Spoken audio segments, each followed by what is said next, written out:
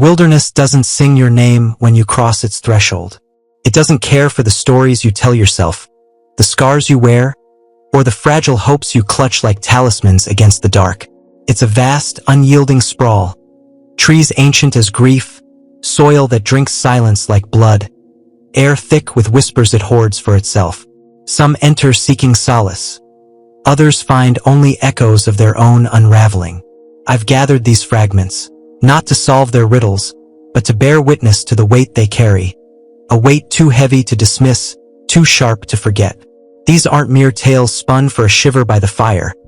They're testimonies carved into the lives of those who stepped into the wild and emerged with shadows stitched into their souls, or never emerged at all. My own name fades here. I'm a collector, a scribe of the unseen places, threading these voices into a tapestry that trembles with truth. What matters is what they encountered, what they touched, what they left behind in the mud and the gloom. Evidence that gnaws at the edges of reason like a beast at a bone. Two men, Conrad Molière and Everett Combs, ventured into that expanse, each driven by their own quiet needs, each blind to the hunger that waited beyond the trails they knew. Their stories, separated by years and miles, intertwine in a dance of dread, a pattern of claw marks and silences that defy the boundaries we draw around our world. This is their descent, a slow, spiraling plunge into the hollow beneath the trees, and perhaps a mirror for you, if you're brave or foolish enough to look. Conrad Molière, The Thumping Shadow. The air in the Adirondack Mountains in September 1983 was ablaze against Conrad Mallory's lungs, sharp with pine resin that clung to his nostrils like a stubborn memory, rich with the damp musk of earth turned soft by autumn rains, edged with a frost that pricked at his throat with every breath. At 32, he was an independent contractor for a forestry research initiative, a bureaucratic label that masked a simpler reality. He was paid to vanish into the wild, to tally trees, to note the darting shapes of wildlife, to scratch observations into a notebook that grew soggy and curled at the corners, its pages stained with the sweat of his hands. A divorce had left him adrift, a man unmoored from the life he'd built, and the solitude of this work was his anchor, a salve for a heart bruised by betrayal and the bitter ink of legal papers. His outpost was a ranger's cabin 20 miles off a service road, a pitiful thread of gravel and mud that wound through the forest like a scar, barely wide enough for his truck to navigate without scraping the underbrush. The cabin itself was a relic of neglect. Walls of weathered planks sagging inward, a tin roof pocked with rust that wept brown streaks down the siding, a stove that rattled and coughed smoke when coaxed to life, its heat a grudging gift against the chill. A radio perched on a shelf, its dials temperamental, its static a mocking chorus in a world before cell phones. An era where isolation was not a choice but a law, and Conrad welcomed it like an old friend. His days settled into a rhythm as steady as the forest's pulse.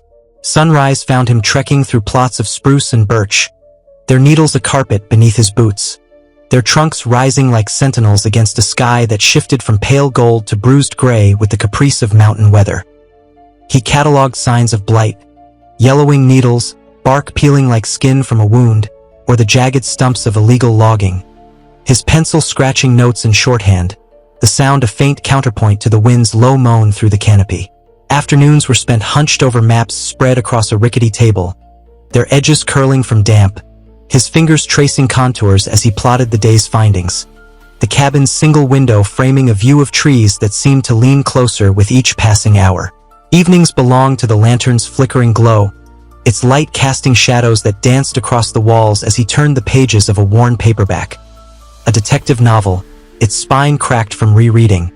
While mosquitoes waged war, their buzz a relentless siege, their bites leaving welts that itched through the night like accusations. The forest thrummed with life then. Warblers trilled in staccato bursts, their songs a thread of brightness. Chickadees chattered like village gossips, flitting from branch to branch. Squirrels rustled through the underbrush, their claws a soft percussion against bark. It was a world he understood, a world he could measure. That world shattered on an early evening when the sky hung low, a shroud of gray leaching color from the landscape, the air biting through his flannel shirt as he stood in a clearing, clipboard in hand, noting a red-tailed hawk's piercing cry. The sound vanished, not faded, but severed, as if a hand had clamped over the forest's mouth. No birds sang, no leaves stirred, no skitter of tiny feet broke the stillness. Just a void, heavy and deliberate, pressing against his ears like the depths of a lake. Conrad stood frozen, his breath fogging in the chill, the clipboard trembling faintly in his grip. Then it came. Thump, thump, a rhythmic pulse, low and resonant, reverberating through the ground into the soles of his boots. A woodpecker, he thought, its beak drumming a hollow trunk in some distant copse, or perhaps an echo from a hunter's axe miles away, bouncing off the ridges that cradled this valley. But the beat was too steady, too measured, lacking the erratic fervor of nature's hand. It was a sound with intent, a sound that knew it was heard. His pulse quickened, a faint drumbeat against his ribs and curiosity. Sharp-edged, reckless, a thread woven through his marrow, tugged him downhill toward a boggy hollow where birch trees stood like skeletal guards, their white bark peeling in strips that glowed faintly in the dusk, their roots sinking into soil that squelched underfoot.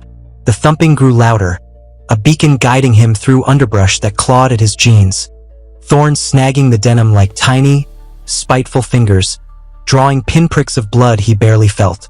The air thickened here, heavy with the scent of rot and stagnant water. The bog's surface a sheen of green filmed over with algae, its edges fringed with reeds that swayed without wind.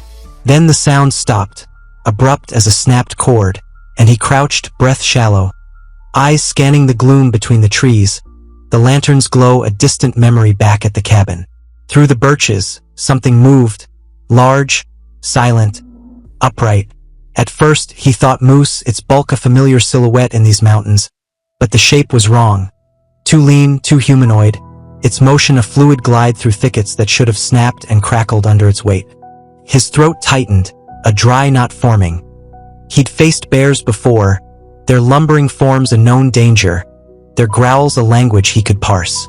Once, a mountain lion had crossed his path, its eyes glinting like twin moons in the dark, its tail a whip of warning before it slunk away. This was different, alien, a shadow that didn't fit the forest's grammar.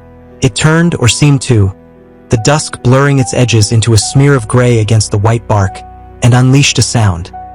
A bark fused with a whoop, neither human nor beast, a jagged, discordant note that sliced through the silence and lodged in his chest like a shard of ice. Logic crumbled, swept away by a tide of primal fear. Survival roared in its place, a voice older than thought.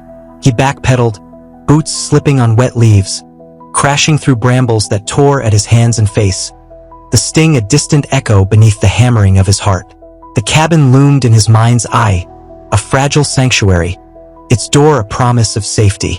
He reached it, breathless, slamming the door shut with a force that rattled the frame, the bolts sliding home with a metallic clang that echoed in the stillness like a gunshot. His rifle, his damn rifle, sat useless in the truck half a mile away, parked at the trailhead where the service road ended, a lapse he cursed with a muttered "stupid, stupid." The word a litany spat through gritted teeth as he pressed his back to the wall, the wood cold against his spine. Night fell, a shroud of black beyond the cabin's single window, the lantern casting a pool of light that felt too small, too frail against the vastness outside.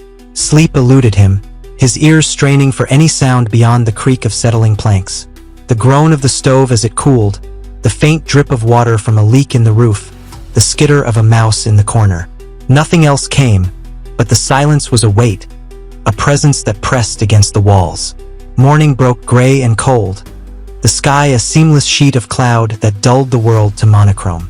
Conrad ventured out, hatchet in hand, its handle worn smooth by years of use, its blade flecked with rust that flaked under his thumb. He retraced his steps to the bog, the forest unnaturally still, the air heavy with the promise of rain.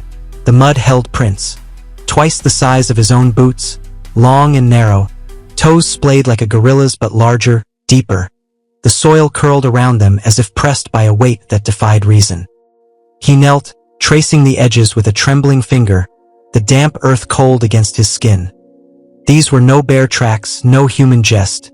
The depth spoke of mass, the stride of purpose. Denial whispered prank. Some local kid with too much time, a carved wooden foot, a laugh at the outsider's expense. But the remoteness mocked that lie. No one came here, not without intent, not without leaving traces of their own. He followed the prince back toward the cabin, where they circled, deliberate, a predator's patrol etched into the ground, some veering off into the trees, others looping back to the bog's edge, where they vanished into waterlogged earth, swallowed by the mire. He spent the day in a haze, repairing the cabin's window with a scrap of plywood, his hands moving mechanically as his mind churned. The prince, the sound, the shape, they didn't fit, didn't belong. Evening crept in, the light fading to a sickly gray, and he sat by the lantern, flipping through his paperback without reading, the words blurring into nonsense. Then it came again, the thumping, louder, more insistent, a hammer against the cabin's roof.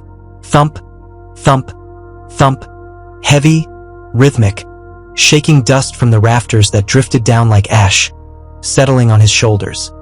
He gripped the hatchet, its rust flaking under his palm, edging toward the door, the truck a distant dream beneath the weight of that sound. Half a mile through dark woods, a gauntlet he couldn't run. The thumping circled, deliberate, moving from one side of the roof to the other, then stopped, leaving a silence thicker than fog, a silence that coiled around his chest and squeezed. A scraping followed, claws dragging across wood, slow and deliberate, a taunt that slid down the wall to the window, the plywood trembling faintly under the pressure. He didn't dare look. Fear rooted him, his breath shallow, the hatchet a pitiful shield in his grip. The glass behind the plywood shattered inward, a cascade of shards glinting in the lantern's glow, skittering across the floor like spilled coins, and an enormous hand reached through. 5 digits, elongated beyond reason, tipped with blunt, filthy claws crusted with dirt and something darker. Reflex drove him. He swung the hatchet with a cry, the blade biting into flesh, drawing a scream, piercing, metallic, a sound like grinding steel that rattled his skull and sent a jolt through his arm. The hand withdrew, leaving a smear of dark ichor on the sill, thick and tar-like, glistening in the flickering light, its stench a rancid mix of blood and decay that turned his stomach. He seized the moment. Backpack slung over one shoulder, radio clutched in trembling hands, he bolted through the door into the pitch-black forest, the lantern abandoned, its glow snuffed by his flight. The creature followed, crashing through trees with terrifying speed, its pursuit a thunderous rhythm that matched his pounding heart, branches snapping, trunks groaning as they bent aside, the air alive with the violence of its chase. His boots sank into mud, slipped on roots slick with moss, thorns clawing his face and hands, drawing blood that mingled with sweat, the sting a distant echo beneath the roar of adrenaline. The truck loomed ahead, a shadow against the trees, its rusted frame a lifeline. Keys fumbled in his pocket, slipped from his grasp, caught again in a frantic scramble. The engine roared to life, a guttural snarl of its own, tires spinning mud as he peeled out. The rearview mirror a void he refused to check, the forest receding into a blur of black and green. Dawn found him in Elmer's Junction, a speck of a town where the streets were little more than dirt tracks lined with clapboard houses, their windows dark and shuttered against the morning chill. Sheriff Buck Tilson, a wiry man with a smoker's rasp and a smirk that tugged at the corner of his mouth, listened to Conrad's tale over a chipped mug of coffee in a station that smelled of stale tobacco and motor oil. Bigfoot, huh? Buck drawled, the smirk a challenge, but it faded when they returned to the cabin, Conrad trailing behind in the sheriff's dust-caked jeep. The scene was a wreckage. Furniture overturned, the table split in two, walls gouged deep enough to expose the insulation beneath. Coarse dark hair snagged on the jagged edges of the broken window frame, matted with dirt and that same tar-like ichor. Prince circled the site, a constellation of menace pressed into the mud, leading to the bog where they vanished into the water's edge, the reeds parting like a wound. Deputies arrived, their faces tightening as they snapped photos, their boots crunching glass. A wildlife tracker named Ellis, a lean man with a gray beard and eyes that saw too much, followed the trail, his silence louder than words as it ended in the mire. That week, the forest stirred. Hikers vanished from trails 10 miles east, their packs found shredded, their fates whispered in town. Strange noises at dusk, a low thumping echoing off the ridges, locals claiming glowing eyes in the trees, others swearing they saw a figure uproot a sapling with one hand. Conrad overheard it all in the diner, the air thick with grease and fear, the clink of forks against plates a nervous rhythm beneath the murmurs. The official report blamed a rogue bear, a tidy fiction that ignored the upright prince, the deliberate malice, the hair that no lab could match. Buck pressed Conrad to let it go, his voice low over a second coffee. Folks don't need more to scare him, but Conrad couldn't. Those prints, that scream, the weight of that hand reaching through the dark. He left New York 2 months later, the cabin abandoned, his notebook buried in a drawer, its pages curling around a single sketch. A clawed hand, too long, too wrong. The tracker's parting words haunted him. Leave this alone. Some things don't need explaining. A warning that rings in his ears when the wind howls just right, carrying the faint thump of a memory he can't bury. Everett Combs, the relentless hunter. Everett Combs was 29 in September 1986, a man forged in the rugged embrace of Montana's high country, where the wind carved canyons and the sky stretched wide enough to swallow doubt. A realist by nature, he'd grown up dismissing the fanciful. UFOs, Bigfoot, the ghost stories swapped over beers and bars with sagging roofs. His world built on what he could touch. The heft of an axe, the bite of cold against his skin, the steady crunch of boots on trails he'd walked since boyhood. That day near Torride, Colorado, he sought the solitude of a 7-mile loop, a moderate path through dense woods where sunlight struggled to pierce the canopy, a chance to shed the restlessness that had dogged him since a job in Bozeman went sour, leaving him with too much time and too few answers. Hiking alone was reckless. He'd admit that later, a wry twist to his mouth, but he'd faced blizzards and bears with less thought, trusting the wild he knew. His pack was light, a water bottle sloshing against his hip, a sandwich wrapped in wax paper, a folding knife tucked into a side pocket, practical tools for a practical man. His boots breaking in with each step, their soles grinding gravel into dust, their rhythm a steady hymn against the earth. 2 miles in, the forest shifted, subtle at first, then insistent. Trees grew tighter, their trunks pressing close, their branches interlocking overhead to choke the light, casting the trail into a twilight that felt hours premature. The air cooled, sharper than it should have been for early September, a bite that slipped beneath his flannel shirt and pricked at his skin. He noticed the claw marks then, deep gouges scarring the trunks, deliberate and raw, etched into pine and aspen at heights no bear could reach. 12 feet up, some higher, the wood splintered as if raked by a fury beyond nature's design. He paused, running a calloused finger along one mark, the edges jagged, the sap long dried into amber tears. These weren't the casual scratches of a beast marking territory. They were too wide, too precise, spaced in patterns that suggested intent. A joke flitted through his mind. A giant raccoon with a bad attitude, maybe a lumberjack's ghost swinging an oversized axe. But the humor soured as silence descended, heavy and cold, wrapping the woods in a shroud that muffled even the crunch of his own steps. No birds sang, no wind stirred the leaves, no squirrels chattered from the branches. Just a void, oppressive, as if the forest held its breath, waiting. Footprints followed, stark against the dirt, human-like yet enormous, twice the size of his size 13 boots, sunk 2 inches into the soil, the edges crisp, the toes splayed in a way that echoed a man's but stretched beyond reason.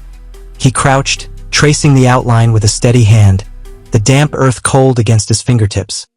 The weight behind them was undeniable, hundreds of pounds, pressed with purpose, and the stride was impossibly long, steps 5 feet apart, a gait no human could manage without leaping. His first thought was hoax, some local with a carved wooden foot, a prank to spook hikers, but the thought rang hollow. The trail was obscure, rarely trod, and the prints bore no seams, no telltale flaws of artifice. He stood, brushing dirt from his palms, the unease a faint coil in his gut, and pressed on, the realist in him wrestling with a curiosity he couldn't shake. A mile deeper, the path dipped into a hollow, the air heavier, harder to draw, thick with the scent of pine and something fainter. Rot, metallic, a whisper of decay that lingered at the edge of perception. There he found the deer, or what was left of it, impaled on a jagged branch 8 feet off the ground, its body torn apart, pieces scattered across the forest floor like a butcher's leavings. The torso hung skewered, its ribs splayed open, its head twisted at an angle that defied life, the eyes clouded white, flies already swarming in a frenzied hum. The smell hit him, a mix of blood and rot, sharp enough to turn his stomach, a punch that made him gag and step back, one hand pressed to his mouth. No predator he knew staged its kill like this. Bears dragged prey to earth, mountain lions cached it in trees, but this was display, deliberate, a trophy hoisted beyond reach. The coil of unease twisted into fear, a cold thread winding through his chest. He scanned the hollow, the trees pressing closer, their shadows pooling into shapes that flickered at the edges of his vision. A branch cracked, heavy, deliberate, not the skitter of a squirrel or the flutter of a bird, and he froze, breath shallow, eyes darting to the source, his hand hovering near the knife in his pack. The air thickened, a weight that pressed against his lungs, and there it stood, at first a stump, massive and dark against the greenery, until it moved, slow and purposeful, unfolding into a presence that stopped his heart. 9 feet tall, it towered, gorilla-like yet wrong, its arms too long, dangling past its knees, its posture too upright, a mockery of human form carved from nightmare. Its fur was matted, dark as pitch, streaked with dried blood that crusted in clumps, catching the faint light that pierced the canopy.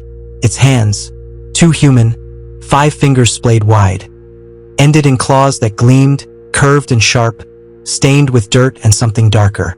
Its face was the stuff of dread, flat and wide, a gorilla's breath twisted into a snarl, its maw opening to reveal jagged, uneven teeth that didn't belong in any creature born of this earth, a mouth that seemed to stretch too far, too deep. It sniffed the air, head swiveling with a predator's grace, nostrils flaring, and ever it prayed stillness would cloak him, his body rigid, his breath a whisper trapped in his throat. The wind shifted, a faint breeze rustling the leaves, and his scent must have carried. Its gaze snapped to him, eyes locking dark pools that held no light, only hunger. For a split second, time held. Then his legs chose flight, a decision born not of thought but of marrow-deep instinct. He ran, the forest blurring into a chaos of green and brown, branches whipping his face, thorns tearing at his arms, drawing blood that stung in the cold air. His lungs burned, a fire spreading through his chest, his legs screaming for rest, but he pushed on, the trail a memory lost to panic. Behind him, it pursued, not fast, but relentless, crashing through underbrush with a force that snapped saplings and flattened shrubs, its footfalls a thunderous counterpoint to his ragged gasps. A sound tore from it, not a roar, not a scream, but a deep, raw howl, distorted and guttural, a noise that clawed at his spine and sent chills racing through his blood, a voice that wasn't beast or man but something older, something that belonged to the hollow beneath the trees. He veered off trail, the undergrowth denser, hoping it would slow the thing, his boots sinking into mud, slipping on roots slick with moss. A misstep caught his foot, a gnarled root unseen, and he went down hard, skidding across the forest floor, pain flaring in his knee like a struck match, dirt grinding into his palms as he scrambled up. The creature closed the gap, 30 feet away, its massive frame silhouetted against the trees, its head tilted as if studying him, toying with him. Desperation clawed at his chest. He fumbled for the knife, its folding blade a pitiful thing meant for cutting rope or opening cans, its 4 inches of steel trembling in his grip. He knew it was nothing against this 9 feet of muscle and claw, but it was better than bare hands, better than surrender. It stopped just outside his reach, sniffing again, its breath hot and foul, a stench of carrion and wet earth that rolled over him in waves, turning his stomach. For a moment, he thought it might turn, might leave. Then it lunged, a blur of motion too fast for its size, claws slashing the air where he'd stood a heartbeat before. He swung wildly, the knife grazing its arm, the blade catching flesh and drawing a guttural cry, a low, pained noise that echoed through the hollow.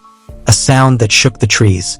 It recoiled, dark blood welling from the cut, thick and sluggish, dripping to the ground in clots that steamed faintly in the chill. Everett seized the chance, bolting uphill, the incline a brutal test of his legs, his knee throbbing with each step, the pain a white-hot pulse he forced himself to ignore. The creature followed, slower now, its howl trailing him, a promise of pursuit that didn't relent. After what felt an eternity, minutes, hours, time lost to the haze of terror, he broke through the tree line into a clearing, the sky above a dull gray, the air sharp with the threat of rain. Ahead stood a cabin, weathered, leaning, its planks gray with age, its roof sagging under the weight of neglect, but a shelter, a chance. He dove inside, slamming the door shut, the hinges groaning, and shoved a broken chair under the handle, its legs splintered but sturdy enough to hold. The interior was dark, the air thick with mildew and rot, the floor strewn with dust and the husks of dead insects, a single window streaked with grime offering a fractured view of the woods. The creature circled, its heavy footsteps crunching the underbrush, a deliberate patrol that echoed through the walls. He searched the gloom, heart pounding, finding a rusted hatchet near a cold fireplace, its handle chipped, its blade dulled by time, and a hunting rifle mounted above the mantel, its barrel cold to the touch. He checked the chamber, empty, useless, but the hatchet felt solid, a weight he clutched like a lifeline. It tested the door, a slow push that made the chair creak, the wood groaning under pressure. It could have ripped the door off, he knew, could have torn through the walls, but it didn't. Instead, it moved to the window, its massive hand pressing against the glass, the panes trembling, a faint crack spidering across one corner. He raised the hatchet, breath ragged, ready to swing. Then it stopped, head snapping sharply as if hearing something beyond his senses, a call from the depths of the forest. It turned, lumbering off, its shape swallowed by the trees, leaving a silence heavier than its presence, a silence that coiled around him like a noose. He waited, frozen, the hatchet a cold anchor in his grip, until dusk painted the sky in shades of ash and violet, the light failing against the cabin's grimy window. Fear held him, fear of what watched from the shadows, but hunger and exhaustion won, driving him to limp back to the trail, his knee a dull ache, his hands crusted with dirt and blood. The forest felt different now, less hostile but still wrong, its stillness a mask over something alive, something waiting. He didn't see it again, but he felt its gaze, a prickling at the nape of his neck, a weight that followed him to his car, parked at the trailhead where the gravel met the asphalt. He locked the doors, hands shaking as he turned the key, the engine's rumble a fragile shield as he drove to Toride, the town's lights a faint promise of safety. At the diner, a squat building with peeling paint and a neon sign flickering open. He stumbled in, clothes torn, face scratched, mumbling to the cook, a grizzled man with a stained apron and eyes that saw too much. "Something out there?" Everett rasped, coffee trembling in his grip. The cook listened, nodding slowly, his voice low. "You're lucky. Most don't get out alive." He pressed for more, tales, explanations, but the man shook his head, muttering, "Old things in the woods," and turned back to his grill, the sizzle of grease a barrier between them. Everett drove home that night, a 4-hour haul to a rented room in Denver, the forest receding in his rearview mirror, the scratches on his car, 3 long, parallel marks etched into the driver's side. A mark he couldn't explain, a reminder he couldn't unsee. He hasn't returned to those woods, hasn't laced his boots for a trail since. The wild he knew betrayed him, its rules rewritten by that thing. 9 feet of hunger, claws, and teeth. He's read the books. Sasquatch sightings, cryptid lore, the ramblings of fringe believers. But none match, none explain the howl, the display, the relentless chase. The cook's words echo when the wind howls through the city, carrying a faint crunch of branches, a shadow that flickers at the edge of sleep. These two, Conrad's thumping nightmare, Everett's relentless hunter, carve a map of something ancient, unbound. Prints too vast, cabins breached, bones hung like offerings, howls that pierce the soul. A beast? A relic of a lost age? A guardian of secrets we're not meant to find? Would you walk those trails, hearing that thump, feeling those eyes? Could you stand in that silence and come back whole? The hollow beneath the trees waits. Its whispers a hunger that never sleeps.